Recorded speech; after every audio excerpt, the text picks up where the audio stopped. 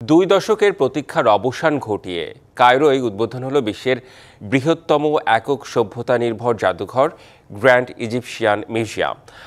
বিশ্বনেতা ও রাজপরিবারের সদস্যদের উপস্থিতিতে আলো, সুর ও ঐতিহ্যের মেলবন্ধনে পুনর্জাগরণ ঘটল ফারাওদের গৌরবগাথা প্রাচীন মিশরের ইতিহাসের এক মহামুহূর্ত এটা।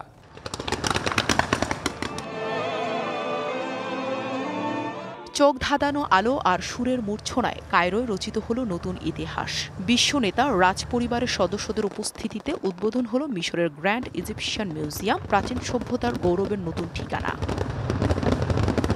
দীর্ঘ 2 দশকের নির্মাণ যাত্রার পর পিরামিডের পাদদেশে নির্মিত বিশাল গ্র্যান্ড ইজিপশিয়ান মিউজিয়াম শনিবার আনুষ্ঠানিকভাবে দর্শনার্থীদের জন্য উন্মুক্ত হলো।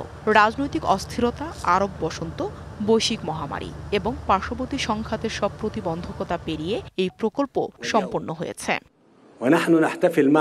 উদ্বোধনী অনুষ্ঠানে মিশরের president Abdul Fattah al CC বলেন, আমরা আজ আমাদের প্রাচীন সভ্যতার গৌরব ও ভবিষ্যৎকে এক সূত্রে বেঁধেছি। এটি বিশ্বের সবচেয়ে বড় জাদুঘর, যা একক সভ্যতাকে উৎসর্গ করা হয়েছে। এই জাদুঘরে স্থান পেয়েছে ইতিহাস খ্যাত তুতানখামেনের সমাধি থেকে উদ্ধার করা সোনার মুখোশ, সিংহাসন, সার্কোফাগাস এবং হাজারো নিদর্শন। এদিকে মিশর সরকার আশা করছে নতুন এই জাদুঘর শুধু দেশের ঐতিহ্যের রক্ষণাবেক্ষণই নয়, বরং বিদেশে থাকা মিশরীয় প্রত্নবস্তুর পুনরুদ্ধারের দাবিকেও শক্তিশালী করবে। Japan Bangladesh joint venture company JBS holdings limited.